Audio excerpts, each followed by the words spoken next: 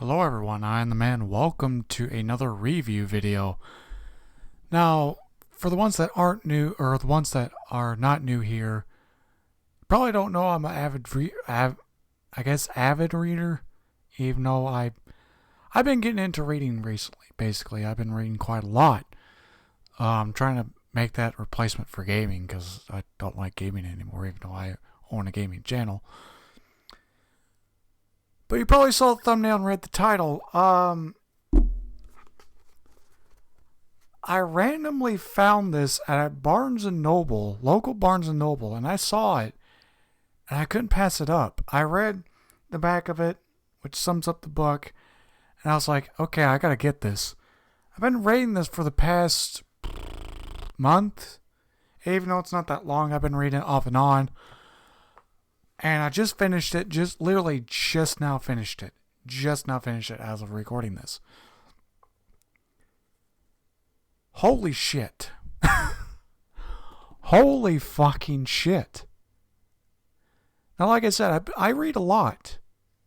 Like, a lot. I mostly read classics. I don't really get into a lot of the modern stuff. Like this. I'm sorry. Like this.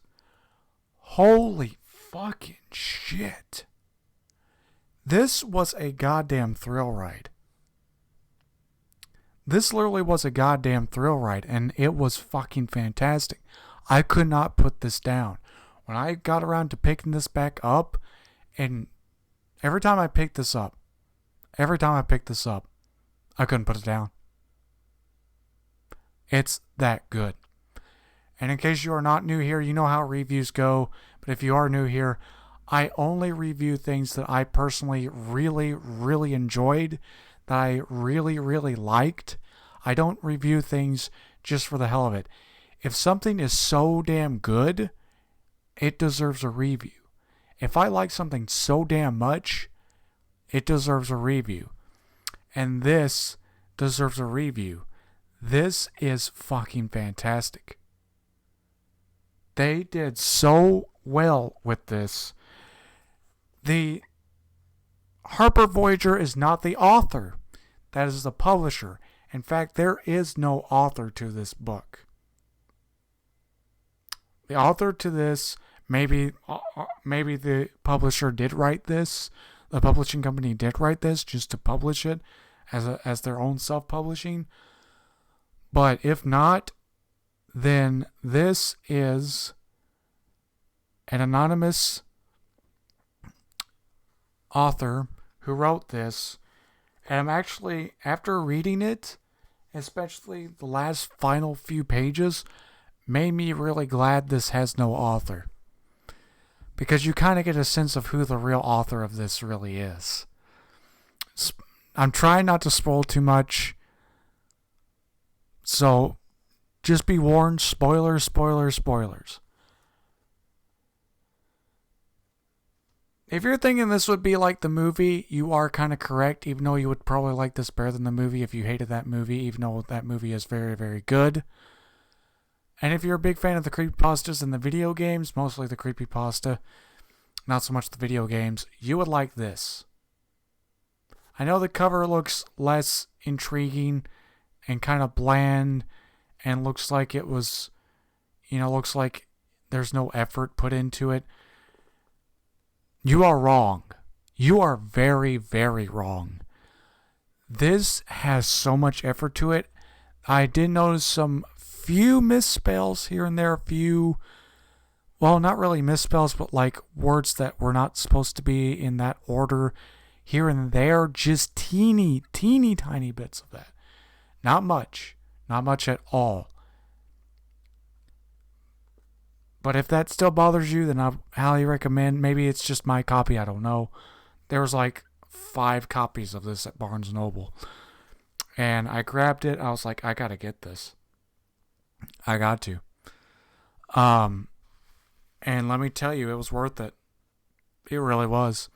So let me just read the back of it. One man's search for the truth about one of the most intriguing urban legends ever, the modern boogeyman Slender Man, leads him down a dark, dangerous path in this creepy supernatural fantasy that will make you question where the line between dark myth and terrifying reality begins. That alone made me want to pick this up and buy it. So I shall read on. And again, warning, spoilers. Lauren Bailey has disappeared as friends at her exclusive school speculate on what happened, and the police search for answers. Matt Barker dreams of trees and a black sky, and something drawing closer. Through fragments of journals, news stories, and online conversations, a figure begins to emerge. A tall, slender figure, and all divisions between fiction and delusion, between nightmare and reality, begin to fall. Chilling, eerie, and addictively readable. Very fucking addictively readable. Slenderman is a unique, spine-tingling story and a brilliant and frightening look at one of the most fascinating and diabolical mythical figures in modern times. Again, if that doesn't sell you to want to pick this up, I don't know what will, because holy shit. It just never ends. This shit really just never fucking ends. Once it starts, it just keeps going. And I mean, like I said, I don't read many modern stuff. I prefer the classics. I prefer stuff that is old and ancient. But this, oh my god. I mean, just this right here. Okay. I know a lot of people will be upset about what I'm about to say, especially the ones that have seen the movie. This needs to be a fucking TV show. I'm not joking. This needs to be a TV show. It's that fucking good. And it would make a great TV show. This, oh my god. It's 335 pages. 335 pages. It's a tiny bit long. Longer than what I would usually read. But it's a very fast read. And it is very realistic in terms of how people act in schools and online, especially with the Reddit and stuff. Like there's like fake Reddit stuff on here on this that's like fake Reddit accounts and fake Reddit posts. Even though someone did make the username Breaker 1987, I think. Hold on. If I don't get this right, it's gonna piss me off. It's the username of the main character. Oh, sorry. Breaker 1989. I was close. It is very accurate. Shows the cruelty and just horridness of Reddit, of how people are on Reddit, because I'm on Reddit and I hate it because people are just cruel on there. That's why I don't like Reddit, even though I'm on there like a lot. But someone did make the username and did make a reference to the book, but it's not the author. Unless it is, but I don't think it is. But yeah, it's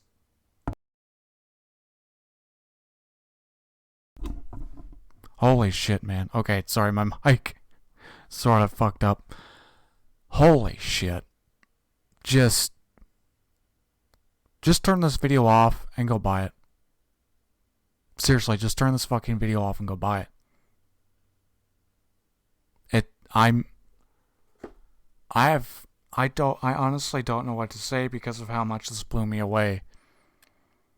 Oh, people may think I'm over exaggerating, But if you see my reviews, you know that I don't over exaggerate this stuff. If something is very special to me and I find it to be very special, this is how I am. Like this is going to be one of my third most favorite books ever. Next to Great Gatsby and Picture of Dorian Gray, which are my two most favorites. This is definitely going on the third list. You know, it's a thriller. It's creepy as hell. It's disturbing. It's fucked up. It is raw. It is just brutal. It is well written. It is well composed. If you are a fan of Slender, and it is not it is not about the goddamn stabbings. There's no goddamn stabbings happening in this goddamn book. Backstabbing, yes. But stabbings, no. No. But this, oh my god. News articles, text messages. I gotta show you this. This is brilliant. Spoilers, like for real spoilers. I gotta show you this. Text messages. Formatted text messages. Battery time, well, no time, but battery length and all. I mean, that's genius. That is genius. Absolute fucking genius. Newspaper articles, Reddit posts, emails, just, it's brilliant. It's just, that's all I can say about this, is that's so unbelievably well made. It's brilliant. It's awesome. It's creepy. It's well written. It's inspiring as all hell. This is inspiring as all hell. Like, I don't know what to fucking say. If you're into mystery thrillers, and if you like Slender, if you like creepypastas, if you just want a good, quick thriller horror read, pick up Slender Man. Just pick it up. I have no words. I know, I'm sorry, I'm not the best at reviewing shit, especially ones that just blow me away. Just look at this. It's good. It's beyond good. Go pick it up. Go to your local Barnes and Nobles and go to the horror section and see if they have this. You can find it on Amazon. You can find it on Barnes and Nobles online. You can find it probably anywhere you can buy books. This shit is good. It takes place in 2018, which was not that long ago. It's modern. It's just, oh my god. I'm sorry. But I know I'd sound like I'm faking this or over exaggerating it.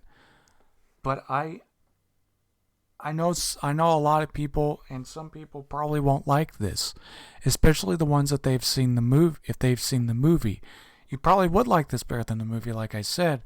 But it is very, very similar.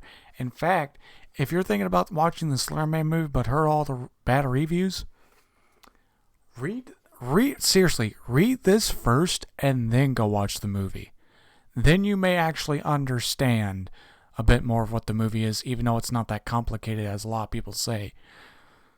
Because you can easily just go play Slender the Arrival, read the creepypasta, and then go watch the movie, and you'll fucking understand everything. But this is the reason why we shouldn't ban Slender. Because of this crime that happened ages ago. Because people are still writing shit about Slender to this day. People are making video games about Slender to this day. Good ones.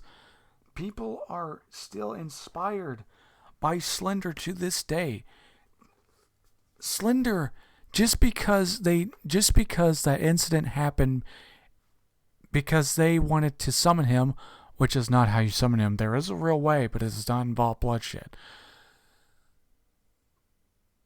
We should not ban something that isn't technically its fault.